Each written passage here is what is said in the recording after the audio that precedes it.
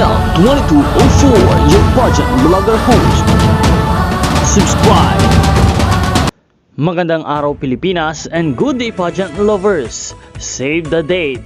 Isa sa pinaka-inaabangang beauty pageant sa bansa ang nalalapit na. The Grand Coronation Night of Miss Universe Philippines 2026 nagaganapin ngayong May 1, 2026 sa iconic na Mall of Asia Arena.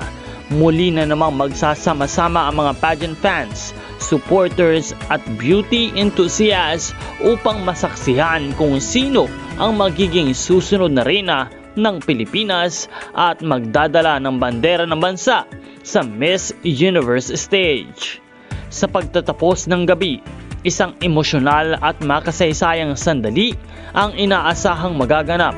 Ang pagpapasa ng corona mula sa reigning queen na si Atisa Manalo patungo sa bagong hahalal na Miss Universe Philippines 2026.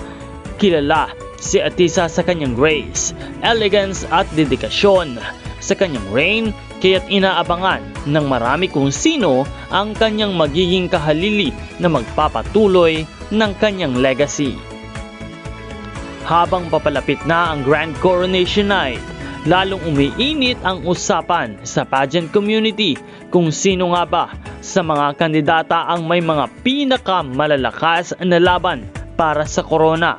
Maraming pangalan ang lumulutang bilang posibleng frontrunners, mga kandidatang hindi lamang magaganda, kundi may talino, confidence at lakas na stage presence.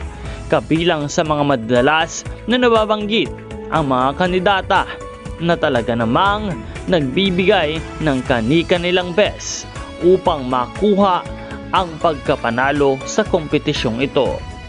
Bawat isa sa kanila ay may kani-kaniyang lakas, may standout sa runway, may mahusay sa Q&A at may natural na karisma na kayang magningning sa international stage.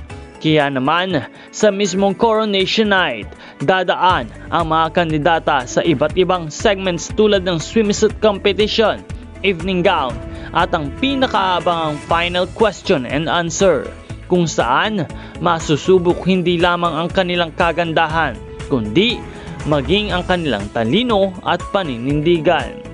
At sa huling sandali ng gabi, kapag tinawag ang Final 2, mananahimik ang buong arena. Isang pangalan lamang ang tatawagin sa puntong iyon. Lalapit si Atisa, hawak ang corona at may ngiti, ngunit may halong emosyon upang ipasa ang simbolo ng karangalan sa bagong reyna ng Pilipinas. Kaya't patuloy po nating pakaabangan ang magaganap sa bagong chapter na magsisimula para sa isang Filipina na muling mangangarap na makuha ang ika-5 korona ng bansa sa Miss Universe. Maraming salamat sa panonood, panatilihing nakasubscribe sa channel na ito para sa mga bagong updates.